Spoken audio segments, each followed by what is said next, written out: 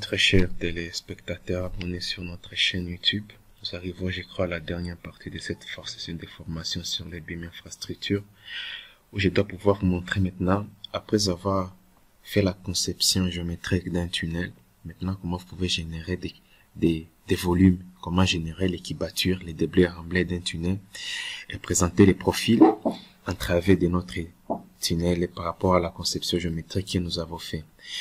Pour commencer à concevoir ou à créer l'équibature d'un tunnel, la première des choses, il faut d'abord créer les surfaces de comparaison. Pour créer la surface de comparaison, il faut cliquer sur les tracés en plan qu'on a conçus, notre corridor qu'on a conçu auparavant, et puis on clique sur corridor surface. Sur le corridor surface, on ajoute la surface que nous avions créée, et puis par après, spécifie code. Quels sont les codes sur lesquels je dois affecter sur ma surface pour avoir les matériaux, générer les matériaux lorsque je vais générer des volumes. On doit ajouter les tops. Nous allons ajouter les pavés.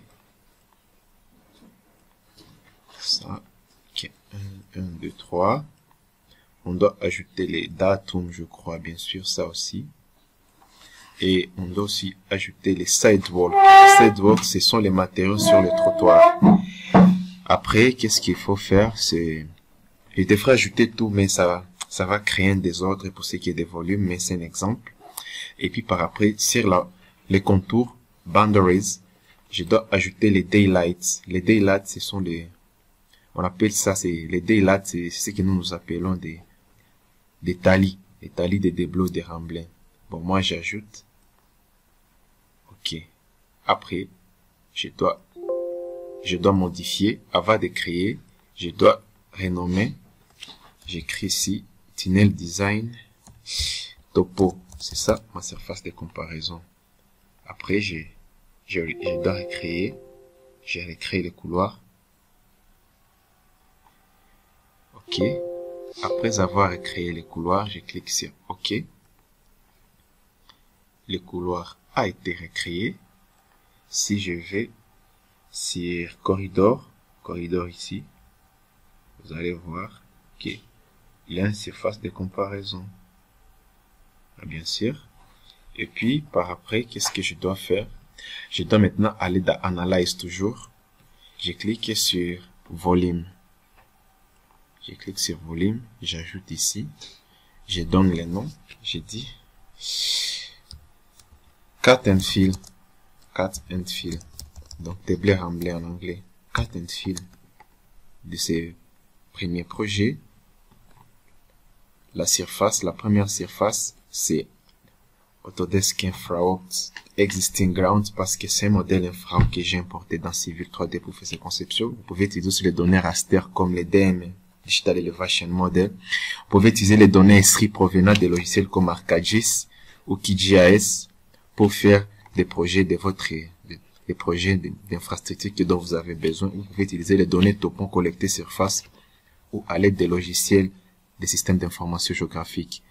Ici, je dois cliquer sur Tunnel Design Topo. Après, j'ai cliqué sur OK. Et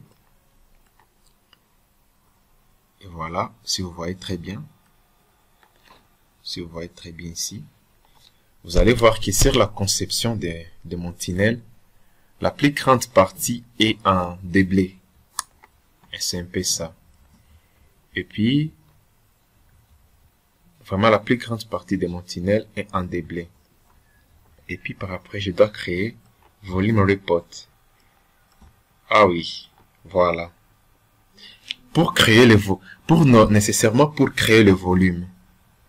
Pour créer le volume nécessairement, il faut d'abord créer des sample lines. Parce que ce sont ces sample lines qui vont te permettre de créer des pécans sur votre trajet. C'est impossible que je déconçoive un volume sans pourtant créer des sample lines. C'est pour cela que ça m'a donné seulement le volume de la partie du tunnel. Alors ici, je dois créer des sample lines. Je clique sur OK. Là-bas, c'est tunnel projet BIM. Et de là, j'ai les sample lines, j'ai cliqué. Tunnel design BIM ou tunnel design. OK. OK. Et puis par après, c'est road sample line exactement. ça reste comme ça. Et puis par après, ça sera by range of station. Donc ça sera par intervalle. Et puis je clique sur OK. Voilà, ça vient de me créer. Ça vient de me créer le PK. Tous les PK, c'est des PK0 jusqu'à PK 1776. Espacé de 20 mètres à 20 mètres à 20 mètres, l'espace entre le profil entravé. Après avoir créé des sample lines, c'est maintenant là qu'on peut maintenant générer des volumes. Analyze, volume report. Sur volume report, je vois déjà l'alignement est déjà créé.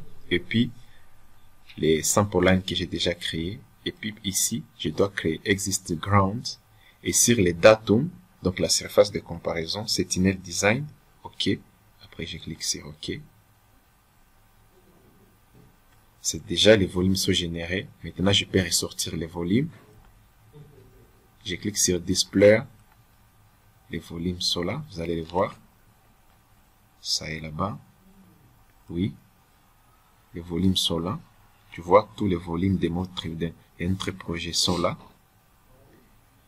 Vous voyez, le volume cumulé, doublé, remblé, bien sûr. Le volume arrière, fil, 0. Vraiment, c'est 0. Si vous voyez très bien. Donc, la plus grande partie de cette conception de cette route, on doit enlever des matériaux.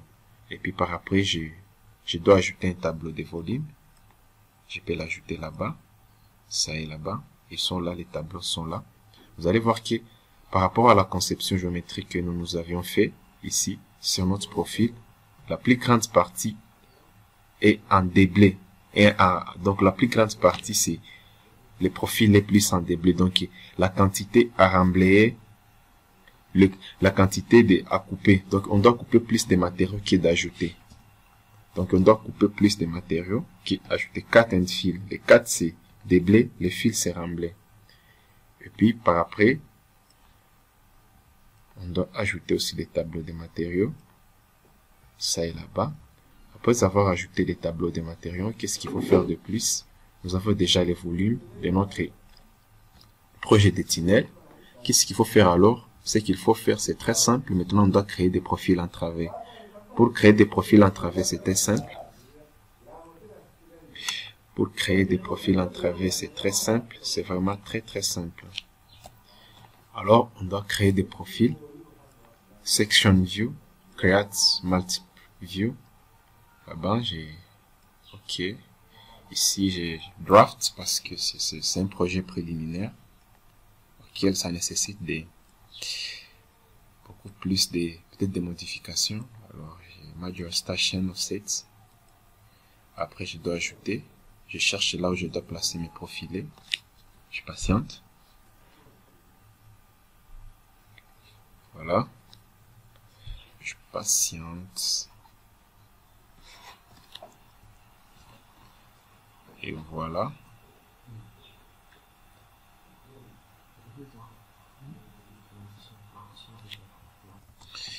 Eh bien, très chers téléspectateurs, voici maintenant les profils entravés de notre tunnel, parce que comme je l'ai dit, la plus grande partie de notre tunnel, la tracée est en déblai. Donc la plus grande partie, ce sont des volumes à couper. Donc ça, le rouge là affiche les volumes à couper. Et ça, c'est en fonction des altitudes. Tu vois que nous sommes sur une montagne. L'altitude varie de 0 jusqu'à 1520 mètres. Et c'est comme ça que les profils varient en fonction de ça. Donc ne vous étonnez pas de voir ce genre de profil, ça existe. Là, c'est la partie de la route. Comme je l'ai dit, notre tunnel commence à PK 500. PK 500. Donc c'est à partir de PK 500 que commence notre tunnel. Et là, vous voyez, vous voyez, ça c'est ça les tunnels. Le profil entravé de notre tunnel, c'est un peu ça. Donc, nous avons déjà les volumes des matériaux. On a déjà des profils entravés de notre tunnel. Sont là. Les profils entravés sont là. Alors, quant à moi, je n'ai qu'à vous dire merci. On se retrouve prochainement sur une autre session de formation sur le logiciel Autodesk et de Génie Civil. Je suis sûr et certain que ces vidéos vont tellement vous plaire. Si vous avez des questions, n'hésitez pas à nous contacter via notre chaîne YouTube et nos contacts personnels.